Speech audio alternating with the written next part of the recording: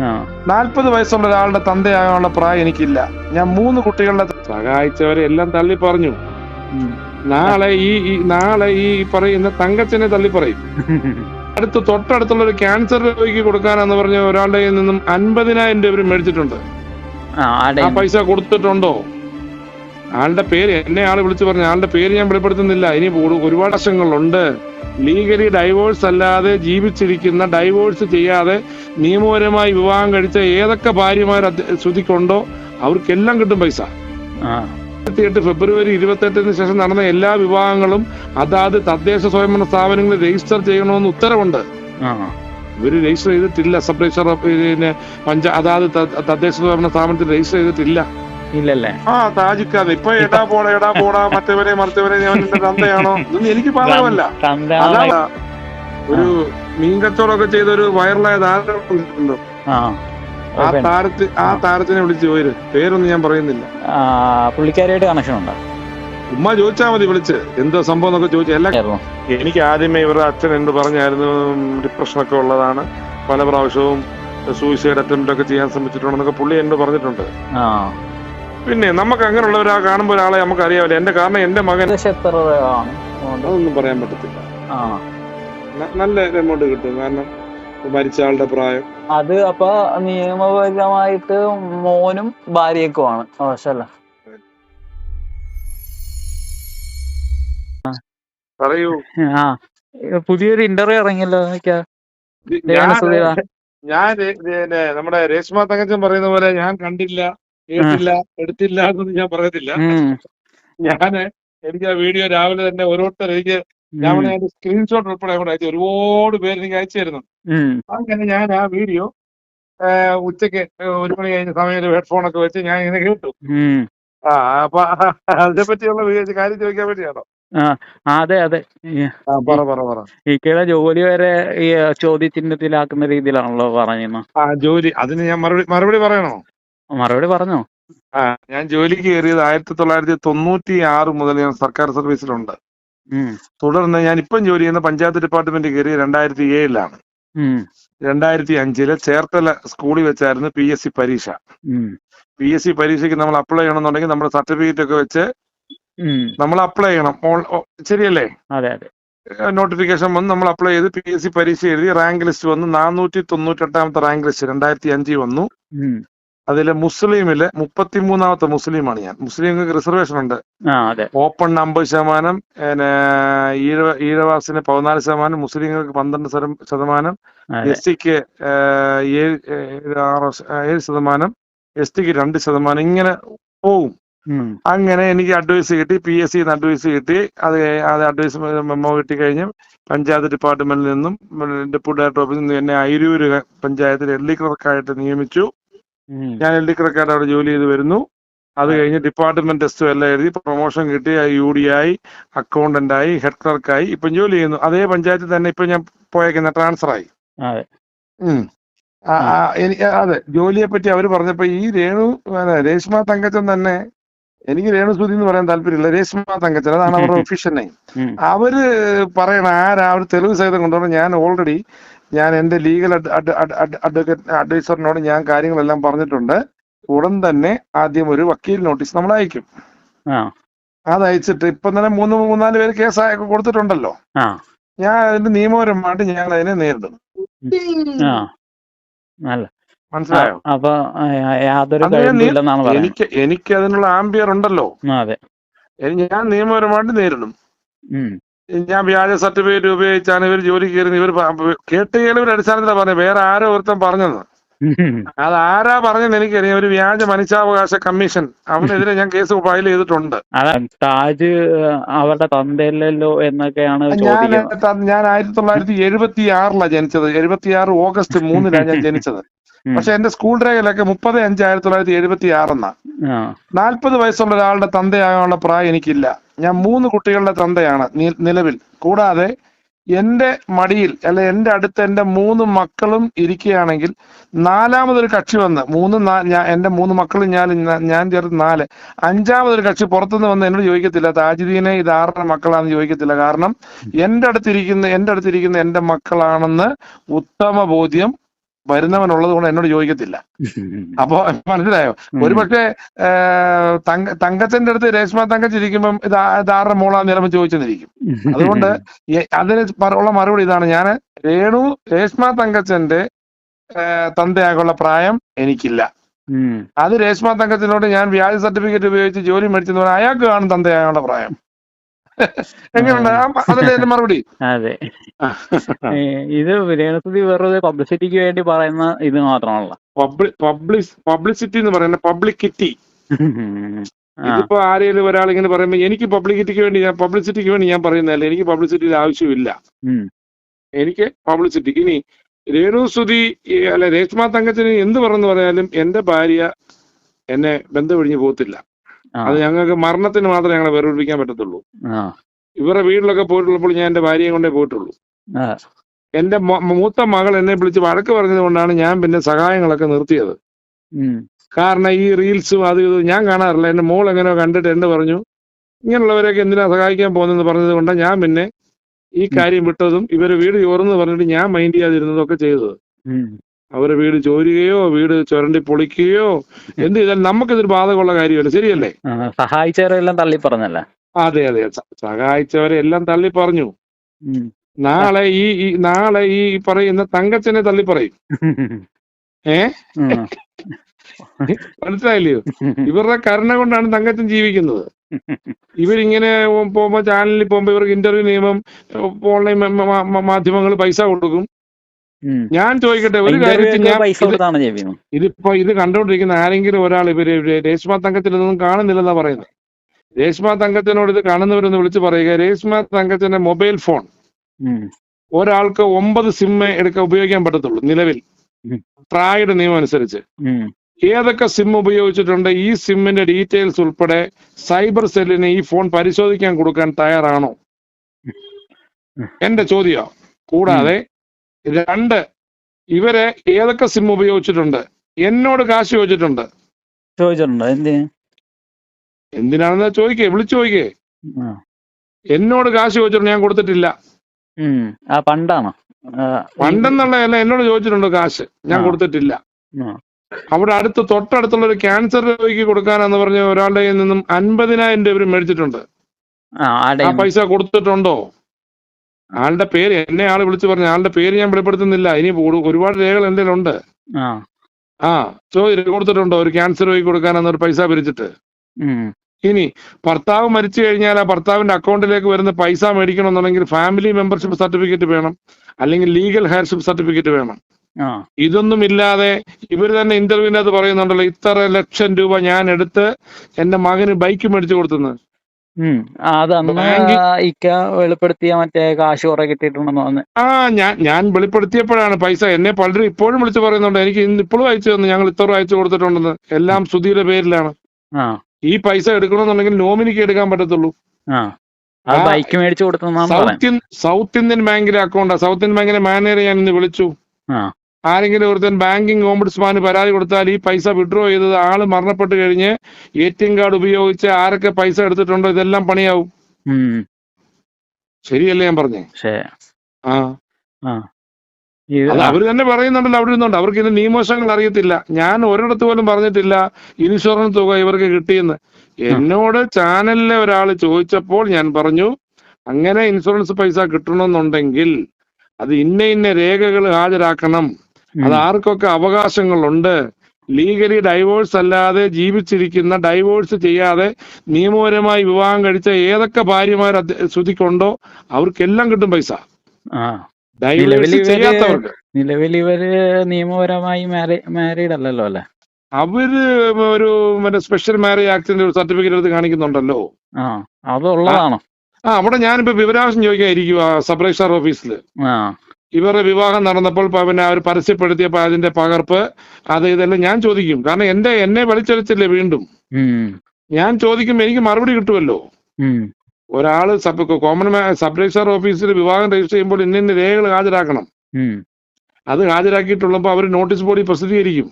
കൂടാതെ 2008 ഫെബ്രുവരി 28 ശേഷം നടന്ന എല്ലാ വിവാഹങ്ങളും അതാത് തദ്ദേശ സ്വയംഭരണ സ്ഥാപനങ്ങളിൽ രജിസ്റ്റർ ചെയ്യണമെന്ന് ഉത്തരവുണ്ട്.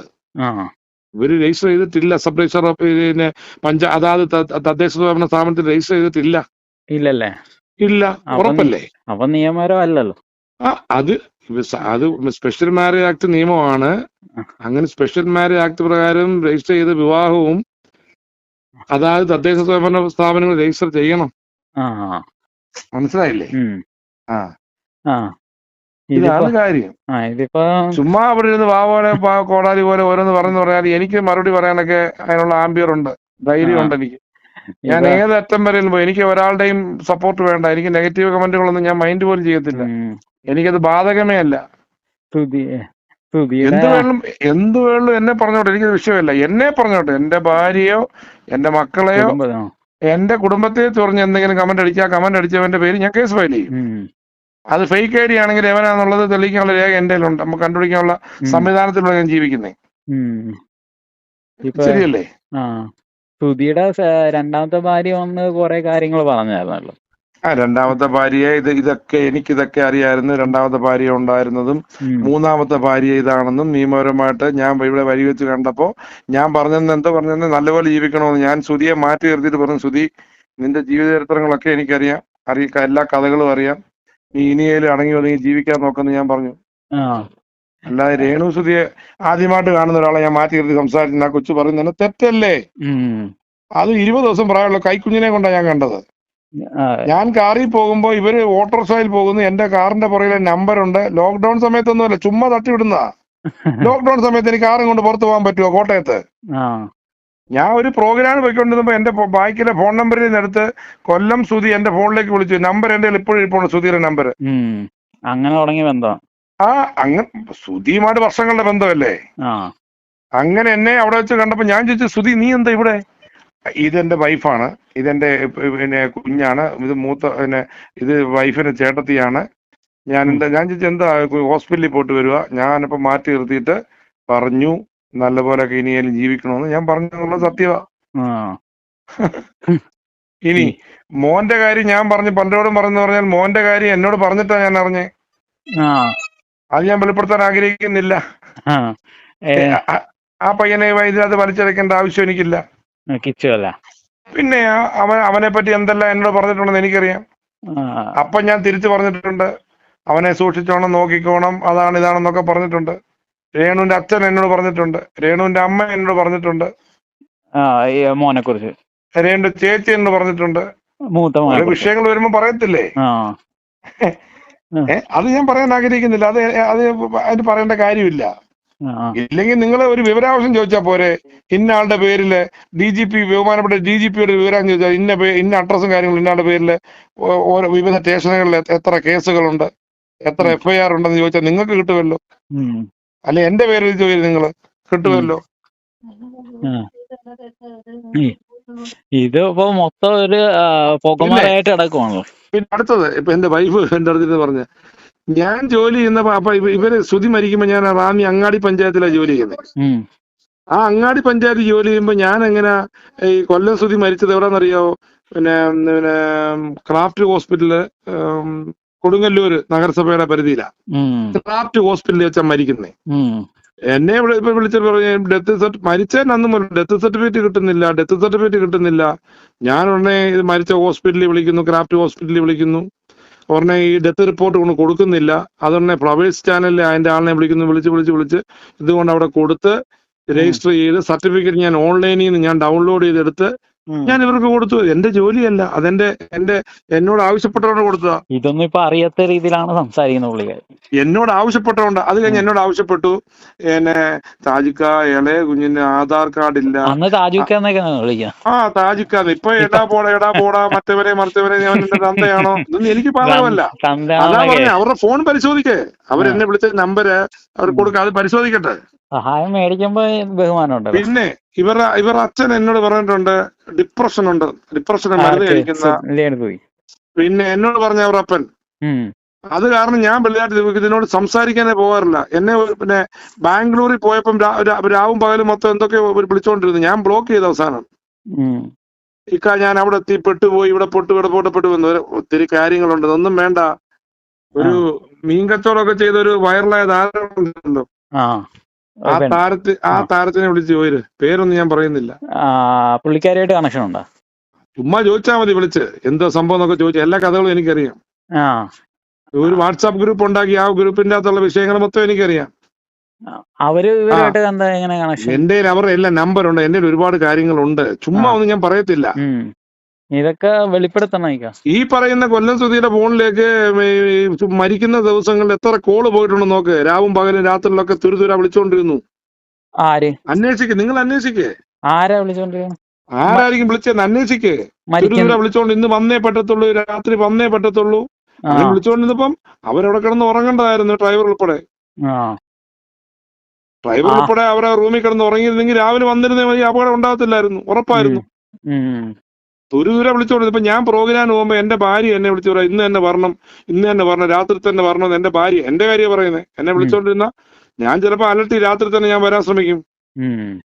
എന്റെ പൈപ്പന്റെ പറയട്ടെ, എവിടെയും ദൂരെ പ്രോഗ്രാം വേണമെങ്കിൽ പിന്നെ റൂം എടുത്ത് കിടന്ന് ഉറങ്ങിയിട്ട് രാവിലെ വരാൻ പറയും എന്റെ ഭാര്യ പറയും എന്നോട്. അല്ലെങ്കിൽ വണ്ടി ഞാൻ സൈഡിൽ നിർത്തിയിട്ട് ഞാൻ ഉറങ്ങിയിട്ട് രാവിലെ വരും. മനസ്സിലായില്ലേ? ഇത് ദൈവം തമ്പുരാൻ വിധിച്ച പോലെ എല്ലാ കാര്യങ്ങളും നടക്കത്തുള്ളൂ. ഇപ്പൊ എത്ര മാളത്തിൽ ഒളിച്ചെന്ന് പറഞ്ഞാലും ദൈവം തമ്പുരാൻ താജുദ്ദീൻ അല്ലെങ്കിൽ ഞാൻ ഇത്രാം തീയതി ഇന്ന ദിവസം മരിക്കും ദൈവം എന്റെ തലയിൽ എഴുതിയിട്ടുണ്ട്, അതനുസരിച്ച് ഞാൻ മരിക്കത്തുള്ളൂ. എനിക്ക് മരണത്തിന് പോലും ഭയമില്ലാത്ത ഒരാളാണ് ഞാൻ ഡിപ്രഷന് മരുന്ന് കഴിക്കുന്നില്ല, എനിക്ക് മാനസിക രോഗമില്ല. പിന്നെ ഞാൻ ഇല്ലാത്ത കാര്യങ്ങളൊന്നും പറയത്തില്ല, ഞാൻ ഉള്ള കാര്യമേ പറയത്തുള്ളൂ. എനിക്കിത് ആരെന്ത് വേണമെങ്കിലും പറയട്ടെ, എനിക്ക് വിഷയമുള്ള കാര്യമല്ല.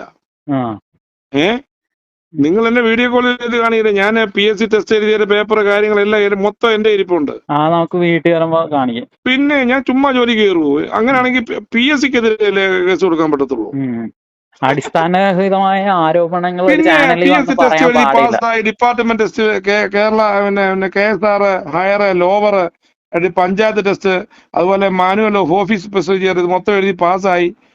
പ്രൊമോഷൻ കിട്ടിപ്പോയി. പിന്നെ അന്ന് അവിടുന്ന് രേഷ്മ തങ്കച്ചം ഒരു വ്യാജമായിട്ടുള്ള ഒരുത്തൻ പറഞ്ഞു കേട്ടോന്നെ വ്യാജ സർട്ടിഫിക്കറ്റ് ഉപയോഗിച്ച് ജോലി കയറി എന്ന് പറഞ്ഞോന്നെ ഞാൻ അങ്ങ് മയങ്ങിപ്പോകുന്നു വിചാരിച്ചു. അല്ല, എന്നെ ഭയപ്പെടുത്താൻ പറ്റുമെന്ന് വിചാരിച്ചു. ഇത് ഭയപ്പെടുത്താനുള്ള ശ്രമമാണ്. ഭയപ്പെടുത്താൻ എന്റെ ഒരുപാട് കാര്യങ്ങളുണ്ട്, അതൊക്കെ വെളിപ്പെടുത്താതിരിക്കാൻ വേണ്ടി എന്നെ ഭയപ്പെടുത്തിയതാ. അത് വീണ്ടും ബൂമറാങ്ങാട് തിരിച്ചു പോകും, അതേ ഉള്ളൂ. ഇത് ബേസിക്കലി ഇവരുടെ സ്വഭാവം ഇങ്ങനെയാണോ? ബേസിക്കലി ഓരോരുത്തര്, ഞാൻ പറയില്ലയോ, നന്ദി എന്ന് പറയുന്നത് മനുഷ്യനാണ്, അതില്ല, നമുക്ക് എന്ത് ചെയ്യാൻ പറ്റും. അല്ല, ആദ്യമേ കണ്ടപ്പോ ഇങ്ങനെ തോന്നിയായിരുന്നു. എനിക്ക് ആദ്യമേ ഇവരുടെ അച്ഛൻ എന്നോട് പറഞ്ഞായിരുന്നു ഡിപ്രഷനൊക്കെ ഉള്ളതാണ്, പല പ്രാവശ്യവും സൂയിസൈഡ് അറ്റംപ്റ്റ് ഒക്കെ ചെയ്യാൻ ശ്രമിച്ചിട്ടുണ്ടെന്നൊക്കെ പുള്ളി എന്നോട് പറഞ്ഞിട്ടുണ്ട്. പിന്നെ നമുക്ക് അങ്ങനെയുള്ളവരാ കാണുമ്പോൾ ഒരാളെ നമുക്ക് അറിയാമല്ലോ. കാരണം എന്റെ മകൻ മെന്റലി റിട്ടാർഡ് ഒരു കുട്ടിയാണ്. എനിക്ക് എന്റെ മകന്റെ കൂടെ ഞാൻ 19 വയസ്സായി, 19 വർഷമായിട്ട് ജീവിക്കുന്ന എനിക്കൊരു ഒരു ഡിപ്രഷനുള്ള ആളെ കണ്ട എനിക്ക് മനസ്സിലാവത്തില്ലേ? ഞാൻ അതനുസരിച്ചല്ലേ നിൽക്കത്തുള്ളൂ. എന്നെ വിളിക്കാൻ കഴിഞ്ഞിടയ്ക്ക് ബ്ലോഗറിനെതിരെ കേസ് കൊടുക്കാൻ നേരത്തെ ഇവരുടെ അപ്പനും മൂത്ത ചേച്ചിയും കൂടെ എന്നെ വിളിച്ചാ, ഇങ്ങോട്ടാ വിളിച്ചേ. പിന്നെ ഇവര് ഓരോ വിഷയം വരുമ്പോൾ എന്നെ വിളിച്ചോണ്ടിരുന്ന. അപ്പൊ ഞാൻ പറയും, നിങ്ങൾ എന്താ ഒരു കാര്യം, മനുഷ്യാവകാശ കമ്മീഷന് പരാതി കൊടുക്കാൻ പറഞ്ഞു, നിങ്ങളെ ഉപദ്രവിക്കുകയാണെങ്കിൽ. അവർ എന്നിട്ട് ബ്ലോഗറിനെതിരെയല്ല, ഇവരെ ഓരോരുത്തർക്ക് മോശം കമന്റ് അടിക്കുക, എന്താ പടക്കം പൊട്ടിച്ച കാര്യം, അത് ഞാൻ ചോദിച്ച കാര്യമാണ്. കാരണം ഞാൻ എന്തോ നോക്കുമ്പോ ഇങ്ങനെ സ്റ്റാറ്റസ് കണ്ടപ്പോ പടക്കം പൊട്ടി. ഞാൻ പറഞ്ഞു, ഹസ്ബൻഡൊക്കെ മരിച്ചിട്ട് ഇത്ര ദിവസം ആയുള്ളൂ, എന്തിനാ ഈ പടക്കം ഓർക്കുന്നില്ല. അത് ഞാൻ വിളിച്ച് ചോദിച്ചത്, അത് കറക്റ്റാ. ഞാൻ ചോദിച്ച കാര്യം ചോദിച്ചെന്ന് പറയുന്നില്ല, ഞാൻ സ്റ്റാറ്റസ് കണ്ടപ്പോ ഞാൻ മെസ്സേജ് അയച്ചാ ചോദിച്ചത്, എന്തിനാ ഇതല്ലേ ആൾക്കാരൊക്കെ നെഗറ്റീവ് കമന്റ് അടിക്കുന്നത്? കുറച്ച് ദിവസം കഴിഞ്ഞാണെങ്കിൽ കുഴപ്പമില്ല, 1 വർഷമോ എല്ലാം കഴിഞ്ഞ് ഇത് പടക്കം പൊട്ടിച്ചെന്ന് കണ്ട അതങ്ങനെ കമന്റ് ചെയ്തു. ഞാൻ സ്റ്റാറ്റസ് കണ്ടപ്പോ അതിന് മറുപടി ആയിട്ട് കൊടുത്താ. പിന്നെ വേറെ നമ്പർ എടുത്തപ്പം ഈ നമ്പർ മാറി അടുത്ത നമ്പരാ, വേറെ നമ്പരാ, അങ്ങനെ 3 or 4 നമ്പർ എനിക്ക് തന്നു. ഇതെല്ലാം എന്റെ കയ്യിലുണ്ട്. കഴിഞ്ഞ ദിവസം മറുനാടൻ ഒരു പണി കൊടുത്തായിരുന്നല്ലോ, രണ്ടുപേരും കൂടെ. മറുനാടൻ എന്ത് പണി കൊടുക്കാനും? മറുനാടനെ അദ്ദേഹം ഉള്ള കാര്യം വിളിച്ചു പറഞ്ഞൊരു മനുഷ്യനാണ്. പിന്നെ അദ്ദേഹത്തിനെതിരെയും പോലീസ് കേസെടുത്തതാ. അദ്ദേഹത്തിന് നിയമപരമായി നേരിടാനുള്ള ആംബിയർ ഉണ്ട്, അദ്ദേഹം നേരിടും. അതുകൊണ്ടാണല്ലോ ചാനൽ നടത്തുന്നേ. മതിലിന്റെ പേരിൽ മതിലെന്ന് പറയുന്ന സാധനം താഴെ മൊത്തവും കരിങ്കല്ല് കൊണ്ട് കെട്ടിക്കൊടുക്കാൻ മറുനാടൻ മലയാളിയുടെ തലയെ വണ്ടി കൊടുക്കല്ലേ, 4 ലക്ഷം രൂപ ആവും. ഇപ്പൊ ഞാൻ നിങ്ങളുടെ വീട്ടിൽ കൊണ്ടുവന്ന് ഒരു ഗിഫ്റ്റ് കൊണ്ടുതന്നു, നിങ്ങളുടെ ഹൗസ് വാമിങ്ങിന് അല്ലെങ്കിൽ നിങ്ങളുടെ കല്യാണത്തിന്. നിങ്ങൾ എന്നെ വിളിച്ച് പറയുമോ അത് കേടായി, താജിബായി ഒന്ന് ശരിയാക്കി തരുമെന്ന് നിങ്ങൾ എന്ത് പറയുമോ? ഒരു സഹായം ചെയ്തിട്ട് അതിനെ കുറ്റം പറയാം. അതെ അതെ, ഇതിന് പറയാനൊന്നും ഇല്ലല്ലോ. ആ പടം വ്യാജ സർട്ടിഫിക്കറ്റ് ജോലി കയറി എന്നല്ല പറയത്തുള്ളൂ. ഞാൻ അവളെ പിടിപ്പിക്കാൻ ചെന്നു പറയത്തില്ലല്ലോ. അതും പറയാൻ പറ്റത്തില്ല. ഇല്ല, അങ്ങനെ പറയാൻ എനിക്ക് പേടിയില്ല, എനിക്ക് അതിന് ഭയമില്ല. ഇല്ലാത്ത പറഞ്ഞാൽ എന്തുണ്ടാകും. കാരണം എന്നെ അറിയാവുന്നവർക്ക് അറിയാം ഞാനങ്ങനെ പീഡിപ്പിക്കാൻ, ഇങ്ങോട്ട് പീഡിപ്പിക്കുക, എന്നെ ഒന്ന് പീഡിപ്പിക്കുന്നു എന്ന് പറഞ്ഞു, അല്ലെ എന്നെ ഒന്ന് പീഡിപ്പിച്ചോ എന്ന് പറഞ്ഞു വന്നാൽ പോലും ഞാൻ പോവാറില്ല. എനിക്ക് ഭയമില്ല. ഞാൻ അവരോട് സംസാരിക്കുമ്പോഴും എല്ലാം എന്റെ ഭാര്യ എന്റെ കൂടെ ഉണ്ട്, ഞാൻ സംസാരിക്കുമ്പോഴെല്ലാം അങ്ങനെ സംസാരിച്ചിട്ടേ ഉള്ളൂ. ഇത്തരം പ്രതീക്ഷയായിരുന്നു, ഇങ്ങനത്തെ മറുപടി പ്രതീക്ഷയായിരുന്നു. എങ്ങനെ? രേണുസുധിയിൽ നിന്ന് ഞാൻ വെല്ലുവിളിച്ചല്ലോ, എനിക്കെതിരെ ബാക്കി എന്തേലും ബാക്കി ഞാൻ പറയാന്ന് വെല്ലുവിളിച്ചല്ലോ ഞാൻ ചാനലിലൂടെ. പറയട്ടെ. കാലിന്റെ മണ്ടേ കാല് വിട്ട് പറയാനുള്ള എന്ത് വേണമെങ്കിലും പറയാനുള്ള റൈറ്റ് ഉണ്ടല്ലോ അവർക്ക്. അവര് പറയട്ടെ. ഞാൻ പറയുന്ന കാര്യങ്ങളിലൊക്കെ ഞാൻ ഉറച്ചു നിൽക്കുന്നു. അല്ലെങ്കിൽ അവർ എന്റെ പേരെ കൊണ്ട് കേസ് കൊടുക്കട്ടെ. ഞാൻ അവരെ പറ്റി പറഞ്ഞു, അവർ ഇൻഷുറൻസ് തുക കിട്ടിയെന്ന് ഞാൻ എവിടെയെങ്കിലും പറഞ്ഞിട്ടുണ്ടോ? ഇല്ലല്ലോ. ഇല്ല, അത് ഇൻഷുറൻസിന്റെ എവിടെ നിന്ന് വന്നേ? ഇൻഷുറൻസ് തുക ഞാൻ പറഞ്ഞായിരുന്നല്ലോ. അല്ല, ഇൻഷുറൻസ് അത് സത്യത്തിൽ ഉണ്ടായിരുന്നു, കൊല്ലം സ്ഥിതിക്ക് ഇൻഷുറൻസ് ഉണ്ടായിരുന്നു. അങ്ങനല്ല, വാഹനം അത് വക്കീല് കേസ് നടന്നുകൊണ്ടിരിക്കുന്നു. അത് ഇൻഷുറൻസ് തുകയൊന്നും കിട്ടിയില്ല. കിട്ടുമ്പോഴത്തേക്ക് എല്ലാവർക്കും തുല്യമായിട്ട് വീഴ്ച കൊടുക്കത്തുള്ളൂ. അതിനെപ്പറ്റി ചോദിച്ചപ്പോഴാണ് ഞാൻ ചാനലുകാർ പറഞ്ഞു ഇന്ന രേഖകൾ ഹാജരാക്കണമെന്ന് പറഞ്ഞതും ഈ പറയുന്ന സുധിയുടെ മകനോട് സംസാരിച്ചതും. അപ്പോൾ മകൻ പറയുന്നുണ്ട് ഞങ്ങൾ അതിന്റെ കാര്യങ്ങൾ ചെയ്തോണ്ടിരിക്കുക മാമ എന്ന് പറയുന്നു. അത് ഏകദേശം എത്ര രൂപയാണ്? അതൊന്നും പറയാൻ പറ്റത്തില്ല. നല്ല എമൗണ്ട് കിട്ടും, കാരണം മരിച്ച ആളുടെ പ്രായം. അത് അപ്പൊ നിയമപരമായിട്ട് മോനും ഭാര്യക്കുമാണ്. പിന്നെ സുധിയുടെ അമ്മയ്ക്ക് കിട്ടും. സുധിയുടെ ഏതൊക്കെ ഭാര്യമാര് നിയമപരമായി വിവാഹം കഴിച്ചിട്ടുള്ളവർ ജീവിച്ചിരിക്കുന്നവർക്കെല്ലാം കിട്ടും. അവർ പക്ഷെ അവർ പോണം. ഡൈവേഴ്സ് ചെയ്തവർ കിട്ടത്തില്ല, വിവാഹം വേർപെടുത്തിയവർ കിട്ടത്തില്ല. അല്ലാത്ത പക്ഷെ എല്ലാവർക്കും ഈക്വലി. പിന്നെ അതൊക്കെ ഗസറ്റ് വിജ്ഞാപനം വഴിയൊക്കെ അല്ല അവരുടെ നോമിനേഷൻ വരത്തുള്ളൂ. ഗസറ്റ് വിജ്ഞാപനത്തിൽ വരുമ്പം ആ ഗസറ്റ് വിജ്ഞാപനം ചെയ്യുമ്പം അവകാശമുള്ള ആർക്ക് വേണേലും അതിനുമായിട്ട് പോകാൻ പറ്റും. ഏതായാലും എനിക്ക് പോകേണ്ട കാര്യമില്ല, എന്റെ ആരുമല്ല, ഞാൻ പോത്തുമില്ല. അങ്ങനെ പറഞ്ഞതിനാണ് ഇത്ര അങ്ങനെ പറഞ്ഞാൽ ഇൻഷുറൻസ് തുക കിട്ടിയെന്ന് പറയുന്നത്. എന്തായാലും താമസിക്കുമല്ലേ കിട്ടാൻ? പിന്നെ താമസിക്കും, കേസല്ലേ, കേസ് ഇതാണല്ലോ.